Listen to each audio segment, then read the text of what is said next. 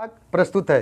भाइयों, इस प्रकार से सावित्री जो थी बहुत देर तक जंगल में बिलखती रही, रोती रही और पिछली बातों को याद याद करके रो रही है। प्राणनाथ बीच मझधार में छोड़ करके चले गए। अब क्या करना चाहिए? और लेकिन भाइयों, अच्छा ठीक, बस 10-5 मिनट और कहीं हम सत बल के ऊपर और आगे देखा जा करके एक काली काली परछाई दिखाई पड़ी। क्या देखा? एक काला काला भैंसा है, उस भैंसे पर लाल वस्त्र धारण किए हुए है यमराज हैं जिनके हाथों में एक गदा है। क्या देखा? क्षण भर में सांप दिखाई दी काले भैंसे की परछाई।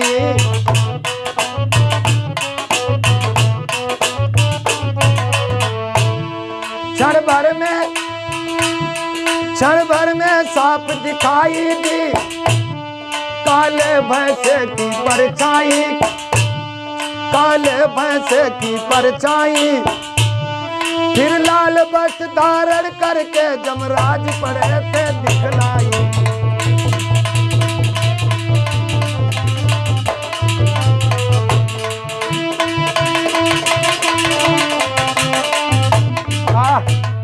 देखा, यमराज दिखाई दिया। पति का सर जो है नीचे उतार करके रख दिया उसी वृक्ष के नीचे, और सावित्री जो है पीछे पीछे जाने लगी।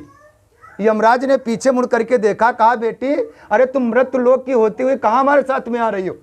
कोई भी मनुष्य मृत्युलोक का हमारे साथ में नहीं जा सकता है जब तक हमें आदेश नहीं मिलता।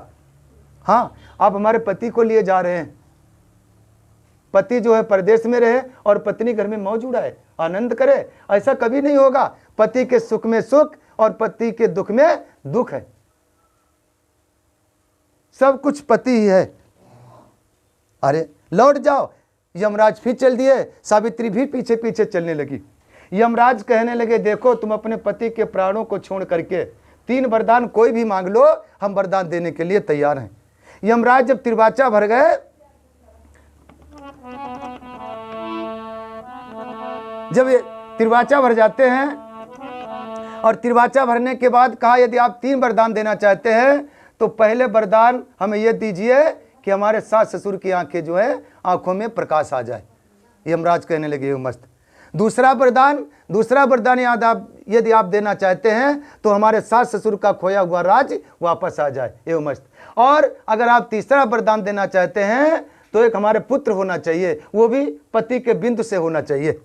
यमराज जो थे वो चक्कर में पड़ गए, और चक्कर में पड़ने के बाद कहा, जाओ हमने तुम्हारे पति के प्राणों को छोड़ दिया। यमराज वहां से चले जाते हैं और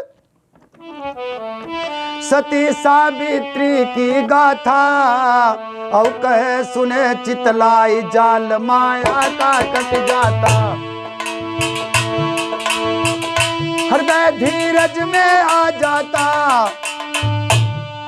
और आत्म बल बढ़ जाए, आचरण सुंदर हो जाता। सत्य की महिमा है न्यारी, सत्य की महिमा है न्यारी।